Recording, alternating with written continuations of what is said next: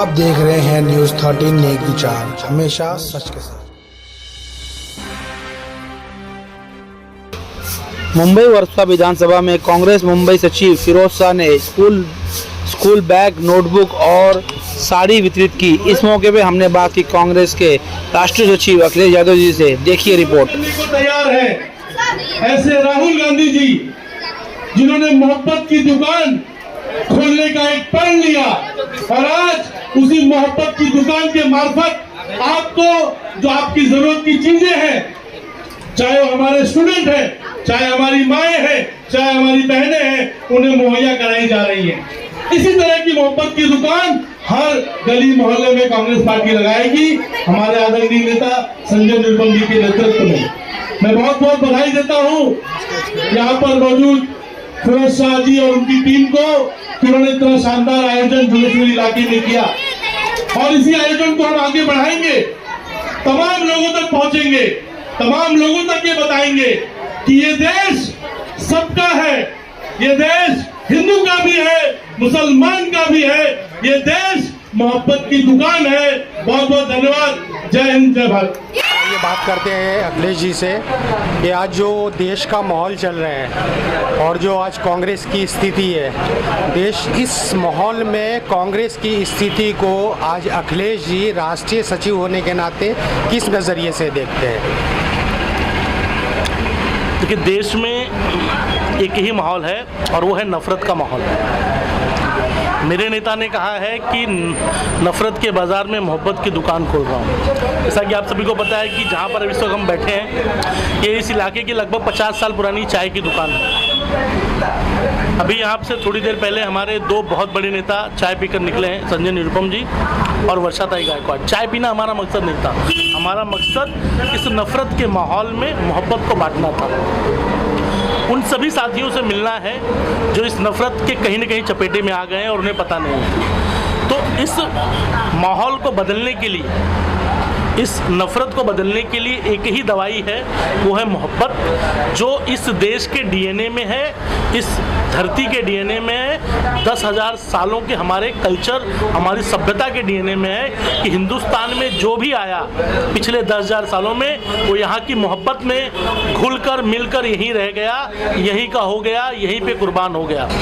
शायद कुछ चड्ढीधारी जिनकी औकात शायद 80-90 साल पुरानी है, वो इसको बदलने में लगे हैं। वो गलत फहमी में है कि उनकी चड्ढी उतर जाएगी, इस देश की सभ्यता नहीं बदलेगी।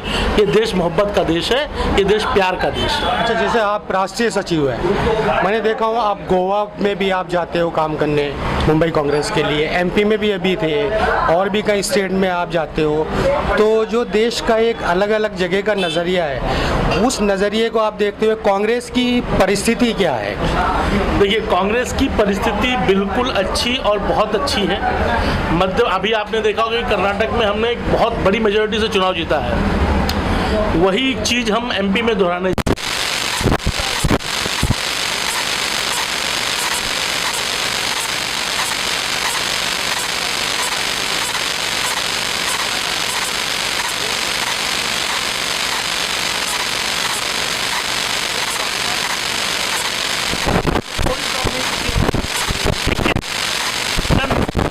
मच्छर या खटमल मैं कहूँ जो पैदा हो गए हैं, जो लोगों का खून चूस रहे हैं, जो लोगों में नफरत डाल रहे हैं, इन कुछ लोगों का वजह से ऐसा चीज़ हो रहा है। और घर में काफ़ी समय होने के बाद हमें कीटनाशक दवाओं का इस्तेमाल करना चाहिए, मच्छर, कॉकरोच, खटमल मारने का, तो वो इस्तेमाल हो रहा है। कर्नाटका में इस्तेमाल करके हमने इन्हें निपटाया है। अगला टारगेट मध्य प्रदेश है, छत्तीसगढ़, राजस्थान, तेलंगाना है। उसके बाद 2024 में इनको घर भेज देंगे। दूसरा, जो अभी राहुल जी को जो अभी सुप्रीम कोर्ट से जो केस के बारे में जो बरी किया गया है, इसके बारे में आप क्या कहना चाहोगे? और को भी अधिकतम सजा नहीं दी जाती है। अधिकतम सजा उस आईपीसी में इसलिए मेंशन की जाती है कि ये rarest of the rarest case होगा तो हम इसमें सोचेंगे, ये देश का संविधान कहता है। राहुल गांधी से त्रस्त हो गया मोदी, राहुल गांधी ने अडानी की चड्ढी उतारी तो मोदी की चड्ढी उतारी। राहुल गांधी जी ने साबित किया पार्लियामेंट में कि ये जो चोर मोदी है, ये अडानी को पूरा देश बेच रहा है। सड़क, जंगल, जल, जमीन, पोर्ट, रेलवे, सड़कें सब बेच दिया उसने। हमारा आपका घर बेच देगा। तो जब राहुल जी ने ये साबित किया पार्लियामेंट में, तो ये मोदी अमित शाह की फट के हाथ में आ गई। इनको लगा कि यार इस आदमी को जल्दी भगाओ पार्लियामेंट से, वरना ये आदमी हमें जीने नहीं देगा। जीने तो हम अभी भी आपको नहीं देंगे। हम आपको, आपने जो देश के साथ गद्दारी की है, देश का जो नुकसान किया है, वो आपकी भरपाई करा करके ही मानेंगे। और सुप्रीम कोर्ट ने कल जो मुहर लगाई है, वो इसी बात पे लगाई है कि ये देश लोकतंत्र से चलेगा। ये किसी अमित शाह और नरेंद्र मोदी या चड्डीदारी गैंग से नहीं चलेगा, ये भाजपाइयों के कुकर्म से नहीं चलेगा। ये देश चलेगा सबके साथ। इस देश में सबका योगदान है। इस देश में हर चीज़ की छूट है। किसको कैसे रहना है, किसको क्या खाना है, किसको क्या पहनना है, किसको किसके साथ आना है, किसके साथ जाना है, किसके साथ नहीं रहना है। ये देश लोकतंत्र है, ये मानवता का देश है, और इसे हम वापस लेके आएंगे। कल का जो फैसला है सुप्रीम कोर्ट का, वो इसी को साबित करता है, प्रदर्शित करता है। दूसरा, अभी जो मुंबई में ट्रेन में हादसा हुआ है, चेतन सिंह जो था जिन्होंने मारा है, उसके बारे में क्या कहना चाहोगे? एक टारगेट किलिंग है, अपने ऑफिसर को मारा, फिर 3 मुस्लिम लोगों को मारा। उसके बारे में कांग्रेस की सोच क्या है? राष्ट्रीय सचिव है आप, तो इसके लिए मैं आपसे पूछूं। देखिए, मुझे लगता है हिंदुस्तान के इतिहास में ऐसी कुकर्म और ऐसी दुर्दांत घटना आज तक नहीं घटित हुई कि जिसके हाथ में रक्षा दी गई है, रक्षा करने की जिम्मेदारी दी गई है, वही भक्षक बन गया। क्यों भक्षक बन गया? क्योंकि कहीं ना कहीं दिन रात जो ये टीवी मीडिया पर, सोशल मीडिया पर जहर ये चड्डीधारियों ने भरा है लोगों के बीच में, ये उसी का आउटकम था, ये उसी का नतीजा था। और ये घटना खाली उन 3 मासूमों के साथ नहीं हुई है, ये घटना कभी आपके और मेरे परिवार के साथ भी घटित हो सकती है, ये किसी के साथ भी हो सकती थी। सद्दाम हुसैन को लगता था कि ईरान को डिस्ट्रॉय कर दूंगा तो मैं सेफ रहूंगा, कुवैत को खत्म कर दूंगा तो मैं सेफ रहूंगा।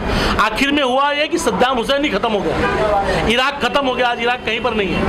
तो जिसको ये लगता है कि मैं अगल बगल वाले को निपटा दूंगा और खुद सेफ रहूंगा, तो भैया आप दूसरे के लिए कब्र खोदेंगे, आप उसी में गिरेंगे। और आज ये परिस्थिति हमारे समाज पे आ गई है। हमारे समाज में जहाँ मोहब्बत की बात होती थी, जहाँ होली मिलन, ईद मिलन, दिवाली मिलन जैसे कार्यक्रम होते थे, इसमें हिंदू मुसलमान बढ़ चढ़ के हिस्सा लेते थे, आज उसकी जगह पर लोगों के बीच में नफरत फैल गई। आज मुसलमान हिंदू के घर नहीं जाता, हिंदू मुसलमान के घर नहीं जाता। ये जो गैप बना है, इसी का फायदा आरएसएस वालों ने उठाया और लोगों के बीच नफरत हो रहा है। जिस दिन हिंदू मुसलमान वापस से ईद और दिवाली में एक दूसरे के घर जाना शुरू कर देंगे, इन चड्डीधारियों को जगह नहीं मिलेगी। इस देश से नफरत खत्म हो जाएगी, ये चेतन जैसे लोग खत्म हो जाएंगे, उनकी सोच खत्म हो जाएगी। अच्छा, यह देश जो है युवा बागडोर के हाथ में जा रहा है, यंग जनरेशन के हाथ में जा रहा है। तो कहीं ना कहीं आप भी एक यंग हो, तो यंगिस्तान को, जो यंगिस्ट है, उनको आप क्या संदेश देना चाहोगे? नफरत से दूर रहो, अपने परिवार के बारे में सोचो, अपने भविष्य के बारे में सोचो, और इस देश के बारे में सोचो जिसने आपको इतना सुनहरा मौका दिया है। पूरी दुनिया में इतना खूबसूरत देश नहीं है, पूरी दुनिया में इतनी बोली वाला देश नहीं, इतनी भाषा वाला देश नहीं, इतनी नदियों वाला देश नहीं, सबसे उपजाऊ जमीन पूरे देश की, हमारे दुनिया की हमारे पास है। इतना विभिन्नताओं से भरा देश किसी के पास नहीं। उसके लिए एहसानमंद रहो, उसके लिए, उसकी आबरू बचाने के लिए मरने मिटने के लिए तैयार रहो। यही मेरा संदेश युवाओं को है।